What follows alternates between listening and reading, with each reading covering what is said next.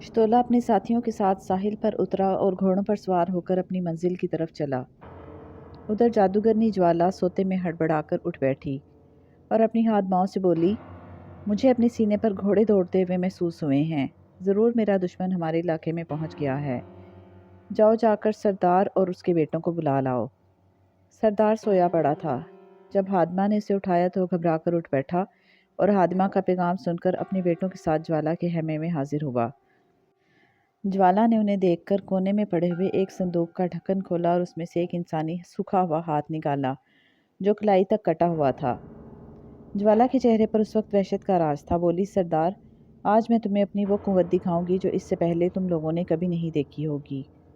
اگر میں اس کے ذریعے دشمن کو زیر نہ کر سکی تو پھر تمہیں ہی دشمن کا مقابلہ کرنا ہوگا۔ جوالا خیمے سے نکل کر ایک طرف چل پڑی، اس کے سردار بھی اس کے پیچھے تھے۔ سامنے برف کی ایک دیوار آ گئی جس کے سامنے جا کر جوالا نے کچھ منتر پڑھنے شروع کیے۔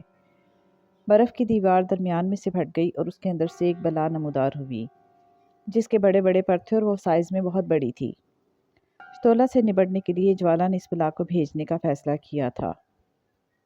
آگے کیا ہوا جاننے کے لیے دیکھیے دلچسپ کہانی صدیوں کا مسافر کی مکمل کہانی، جو کہ ملک کے مایہ ناز رائٹر محترم ایم یوسف صاحب کے قلم سے لکھی گئی ایک لازوال تحریر صدیوں کا مسافر کی کہانی ہے، جو آپ دیکھ سکتے ہیں ہمارے یوٹیوب چینل سٹوری ٹائم پر۔